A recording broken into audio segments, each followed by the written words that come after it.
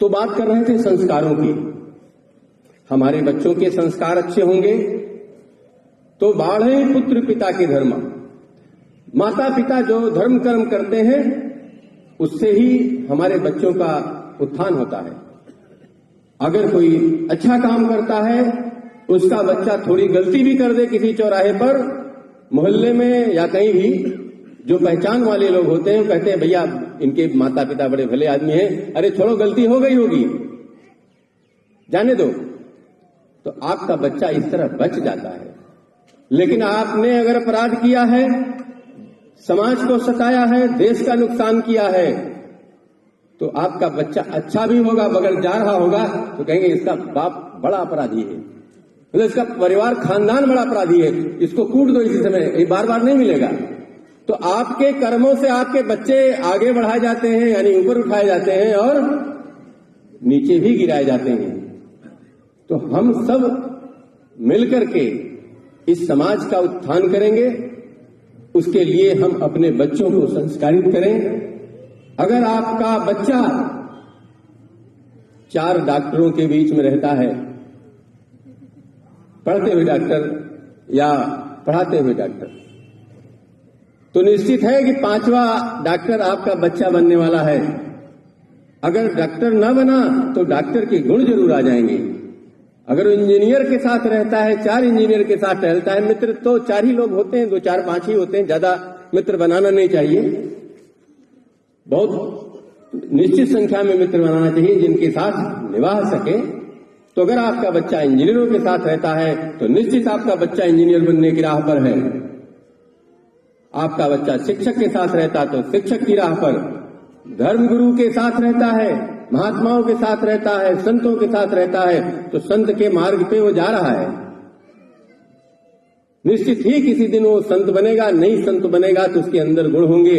लेकिन अगर वो अपराधी के साथ टहल रहा है, किसी बदमाश के साथ रह रहा है, गुंडे के साथ टहल रहा है आपका बच्चा, तो निश्चित समझ लीजिए कि वो 5वां गुंडा आपका बच्चा ही होगा, कोई रोक नहीं सकता। सारे गुण, डॉक्टरी पढ़ के आएगा, इंजीनियरिंग पढ़ के आएगा, शिक्षक पढ़ के बन पाएगा, लेकिन गुंडे के लिए पढ़ने की जरूरत नहीं है। तो कितनी आसानी से आप उसको समर्पित कर देते हैं उस समाज को, उस दुष्टता के वर्ग को, जो आपके परिवार को संस्कारहीन बना देता है। वो आपको फिर असभ्य तरीके से आपसे बात करेगा, आपको इस तरह उद्वेलित कर देगा कि आप या तो उसको घर से निकाल दीजिए या आप खुद घर से निकल जाइए। तो ये समाज है, इसको जीना है, हम सबको मिलके जीना है। और अगर आपका घर है और उसमें कोई अनाधिकृत आदमी आके कब्जा करे, पहले तो किराए पे ले ले आपके एक कोठरी, ज्यादा न ले, एक कोठरी ले ले, और फिर कह देगा कि अब तो हम धर्म परिवर्तन करेंगे। भले ही उस तक का धर्म जो था वही है, लेकिन पहले तो वो कुछ भी पाड़े शुक्ला तिवारी और ओम हरि ओम कुछ बता के आ गया और कह रहा अब हम ये बनेंगे, तो और यही सब करेंगे। तो आप क्या करेंगे? परेशान हो जाएंगे ना। अब आप उसको घर से निकाल भी नहीं सकते हैं, लड़ाई करेगा और कहेगा ये कोठरी मेरी है, क्योंकि वो तो मारकाट वाला आदमी है। तो अगर संस्कारवान व्यक्ति को अपने घर में रखेंगे तो आपका घर भी संस्कारित रहेगा, समाज भी संस्कारित रहेगा, पड़ोसी भी आपका साथ देंगे। तो ये समझिए कि ऐसे ही आपका देश है भारत, आपके लिए इसको लड़ाई लड़नी पड़ेगी। भारत देश, या आप जहां भी रहते हैं, जहां वसई सोई सुंदर देशु, जहां आप रहते हैं वही आपका देश है। कोई अमेरिका में रहता है, कोई कनाडा में रहता है, कोई रूस में रहता है, कोई चीन में रहता है, और लेकिन एक विशेष देश है, वो भारत है, आपका मातृभूमि आपकी है, आपकी पैदाइश है। तो आप कहां जाएंगे भाग के? आपको कोई तो एक घर बना के रखना पड़ेगा किसी जिले में जहां पे आप पैदा हुए। कहते हैं कि जिस देश जाति में जन्म लिया बलिदान उसी पर हो जाए। पहले जाति को नहीं भगाया।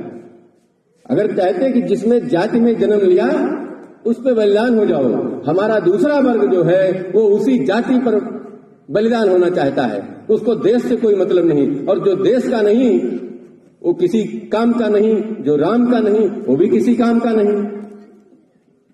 तो आपको समझना होगा कि आपके पास कौन सा देश है जिसमें आप हिंदुत्व के आधार पे, अपने पूजा पाठ कर्मों के आधार पे रह सकते हैं।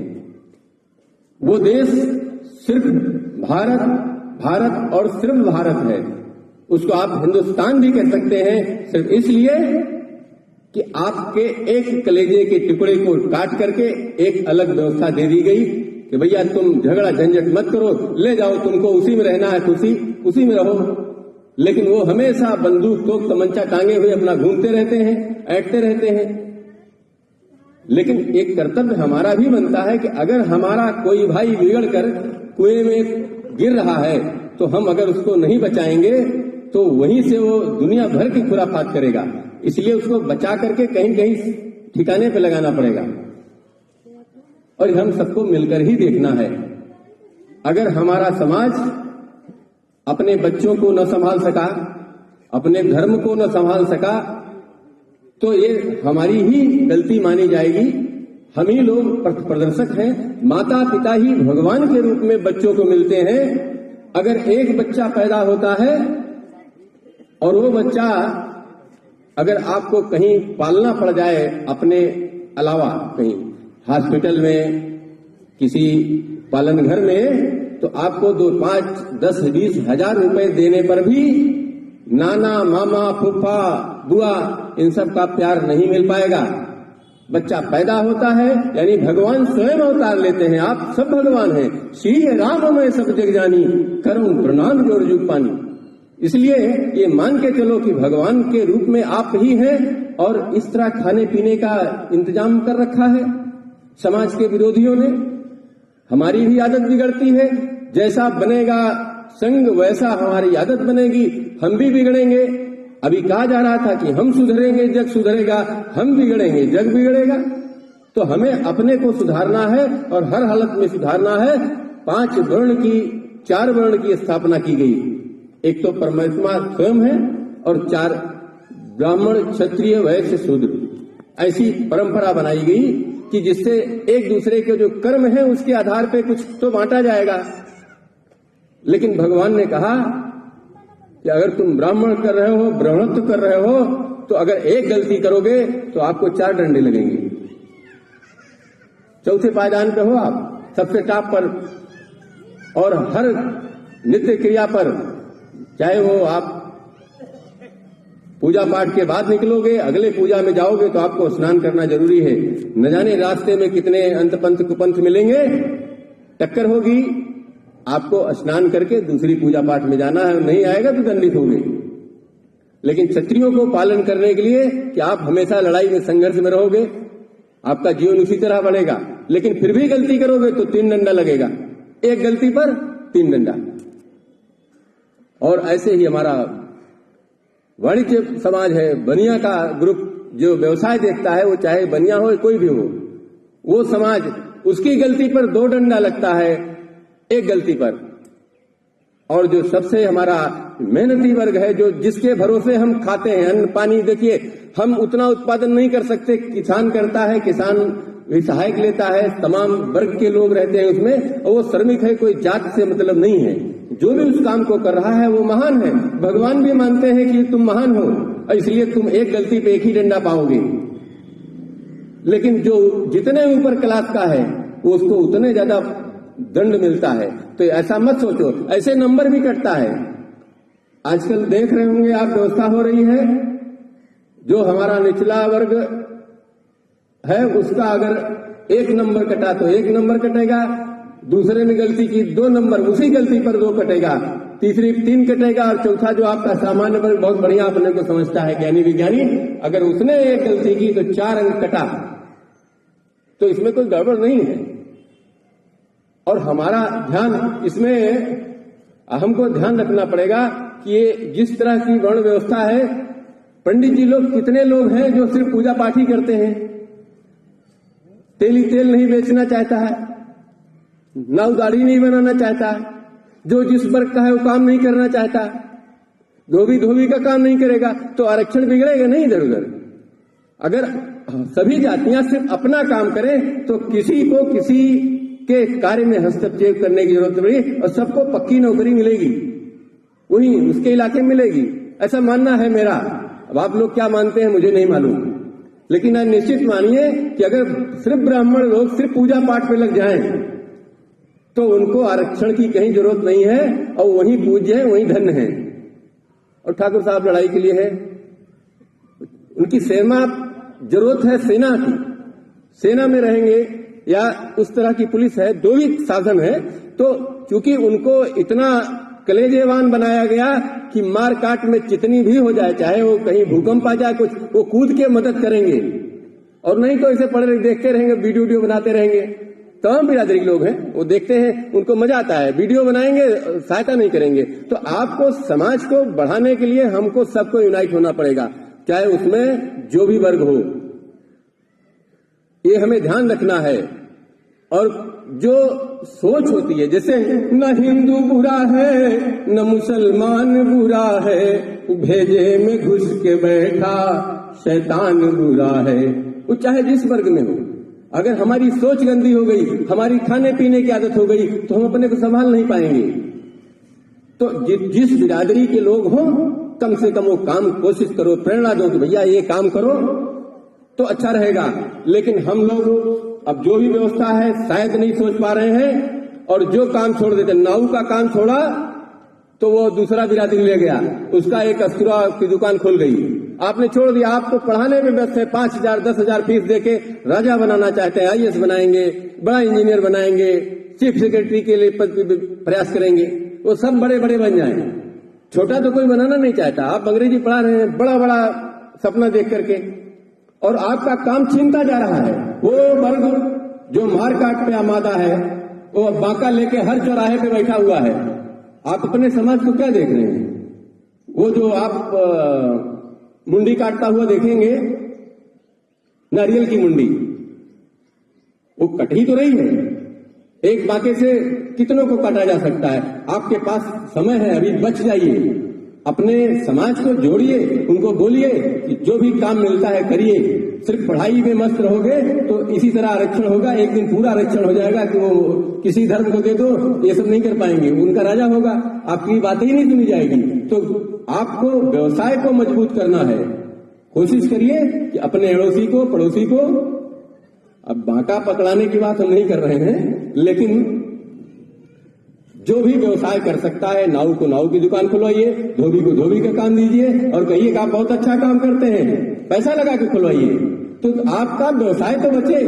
जब व्यवसायहीन हो जाएंगे तो हमारे बच्चे पागल बने घूमेंगे कि यहाँ जाएंगे, सोचेंगे क्या करें, माता पिता को परेशान करेंगे, झल्लाए रहेंगे, घर में आएंगे, पानी भी नहीं पिएंगे, फिर वापस चले जाएंगे, क्योंकि माँ बाप पूछेंगे क्या किया। तो मैं शायद विषयांतर तो हो रहा हूँ थोड़ा बहुत। देखिए, बात हिंदुओं को जोड़ने की है, इसलिए आपका बच्चा आपके घर में आया तो प्यार से बात तो कर सके। तो कमा के आएगा तो मम्मी पापा को प्रणाम करेगा और पैसा भी देगा, और अगर नहीं कमाएगा तो ऐसे ही दोस्तों में परेशान है लोग, चूस लिए खाने पीने वाले ही आजकल मिलते हैं, कहते हैं क्या हो गुरु, कुछ खिलाओ पिलाओ, गुरु जी आ गए हैं। गुरु जी नहीं कहते, गुरु आ गए हैं, और गुरु का खा पी के और जब चले गए तो बोला ये मेरा पक्का चेला है, जब भी आता है तो कुछ न कुछ खिलाता है। ये इंतजाम चल रहा है, ये भाषा है हमारी, ये हिंदुस्तान की है, हिंदुओं की है। तो इससे हमको बचना होगा। और हमेशा अगर हमारा बच्चा अपने माता का पैर छुएगा तो निश्चित मानिए कि वो किसी माता का अपमान नहीं कर सकता। अगर वो अपने भाई का पैर छुएगा तो किसी भाई का अपमान नहीं कर सकता। अगर पिताजी का पैर छूता है तो आगे बढ़ने से कोई रोक नहीं सकता, किसी पिता का अपमान नहीं करेगा। ये हमारी सोच है। मामा को प्रणाम करेगा, मामी को प्रणाम करेगा, नाना को प्रणाम करेगा, नानी का। तो क्या पैर छूने की परंपरा है, इसको डालिए आप। अगर हम नहीं, हम कहते हैं हम सुधरेंगे, जग सुधरेगा, और हम ही नहीं सुधरेंगे, बस भाषणबाजी से तो काम नहीं चलेगा। तो आपको सुधारना है तो बच्चों के अंदर संस्कार डालिए। कैसे होगा, किस तरह होगा, कैसे संचालन करेंगे, अपने बच्चे को कैसे समझाएंगे, और आप अपने बच्चे को स्वयं नहीं समझा सकते। कहते हैं कि जब जब होई धर्म के हानि, बाढ़ असुर धर्म अभियानी, तब तब प्रभु धरि विविध शरीरा। अगर हम लोग सब संभाल ही लेते तो भगवान को अवतार क्यों लेना पड़ता। लेकिन उनका कहना है कि पहले तुम तो देख ही लो। अगर आपने भी लापरवाही की तो हिंदू सम्मेलन है, सब चलता है, ठीक है, आने दो, जाने दो। सब श्रोता है, बताया कि श्री राम में सब जग जानी, जाने दीजिए, सब आनंदित हैं।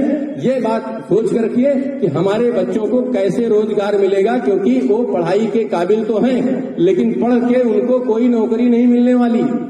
ये हमारा पूरे समाज को, कोई भी हिंदू समाज हो, ये मत सोचो कि छोटे को आज मिल रहा है तो कल भी मिलता रहेगा। इसलिए अपने बच्चों को रोजगार में जोड़िए। कैसे जुड़ेगा समाज हमारा, पड़ोसी देखे, मोहल्ले की जैसे ये मीटिंग हो रही है हिंदू सम्मेलन की, ऐसे ही आप लोग छोटी मीटिंग करके कि इस मोहल्ले में कितने बच्चे हैं, क्या कर रहे हैं, उनको क्या करना चाहिए, ये हमारा उत्तरदायित्व है। अब गिरी जी रिटायर हो गए हैं, बड़े अधिकारी रहे हैं पुलिस विभाग के, तो ये इतना तो करवा ही सकते हैं। हम चाहेंगे जहां हमारी जरूरत पड़ेगी हम भी आएंगे। हम चाहेंगे बच्चे हमारे किसी न किसी रोजगार में जुड़े या उनके नाम से कोई रोजगार खोल दें जब वो पढ़ रहे हो, क्योंकि साल भर में अगर हम 5,000 फीस देते हैं और 5,000 ऊपर से खर्च करते हैं, 10,000 हुआ, साल भर में 1,20,000 हुआ, 1,20,000 लगा के एक जगह कहीं जोड़ जाड़ के एक दुकान खोल देंगे, उसके नाम, बच्चा तो स्कूल गया लेकिन नाम उसी के, जैसे रामू श्यामू जो भी है एंटी बंटी, उनके नाम एक दुकान खुल गई, उसका प्रॉफिट उसके परिवार को जाएगा। हो सकता है समाज ने अगर पैसा लगाया है तो आधा समाज ले आधा उसके परिवार जाएगा। बच्चा एक आपने रोजगार सृजित कर दिया, तभी हमारा हिंदू धर्म सही रूप में बच पाएगा। ये बहुत विशिष्ट बात है और हमें इसका ध्यान रखना पड़ेगा। तो ऐसे संचालन की व्यवस्था हिंदू समाज को करना है, जिससे हम अपने बच्चों को जागृत कर सके। हमारी उम्र हुई चुकी जितना बीतनी थी, हमको जो करना था कर चुके, लेकिन अब आपकी बारी है कि अपने बच्चों को कैसे संभाल के, और सिर्फ अपने बच्चे को मत संभालिए, क्योंकि अपना बच्चा रोड पे जा रहा है, आपने धक्का दिया, गिर पड़ा, क्योंकि आपका बच्चा नहीं था, वो तो सोचा कोई भी होगा, उसको हमें जल्दी है। लेकिन ये मान के चलिए कि आप यहाँ धक्का दे रहे हैं तो कोई आपके बच्चे दे रहा है, इसलिए आप अपने बच्चे को सपोर्ट कीजिए और वो आपके बच्चे को सपोर्ट करे। कहीं भी जल्दबाजी में मत रहिए। जल्दबाजी में यमराज सामने खड़ा रहता है, देखता रहता है, उसके गुण तुरंत उठा लेते हैं। तो इसलिए बहुत अधिक नहीं बोलेंगे, अभी बहुत सारे लोग बात भी करनी है, बोलनी है। हमारे संघ के प्रमुख जी हैं प्रभारी, वो भी आपको अपनी बात बताएंगे, और कोई गलत बात कह दिया हो तो उसके लिए माफी मांगेंगे। लेकिन हम चाहेंगे कि आपका परिवार, आपका समाज आपके मार्गदर्शन में ही आगे बढ़े, तभी हमारे हिंदू समाज का उत्थान हो पाएगा। भारत माता की, भारत माता की, भारत माता की, सनातन धर्म की, सनातन धर्म की, सनातन धर्म की। सादर अभिनंदन, जय जय रघुनंदन, जय जय श्री राम। साधु प्रणाम गुरु जी। गुरु जी ने बहुत ही सरल शब्दों में बताया है हमारे संस्कारों के बारे में, हमारी संस्कृति के बारे में। एक तो सबसे बड़ी बात बताई कि कोई भी काम छोटा या बड़ा नहीं होता है। आज अगर नाई की बात बताई तो उसमें बुरा मानने वाली बात इसलिए नहीं है कि हम लोग यहाँ पे बहुत ऐसे लोग हैं, इतनी अच्छी अच्छी दुकानें खुली हैं। एक हबीब करके है, वो उसको जो फ्रेंचाइजी देता है, कुछ नहीं होता। हमको अपने 10 लाख रुपए लगाने हैं।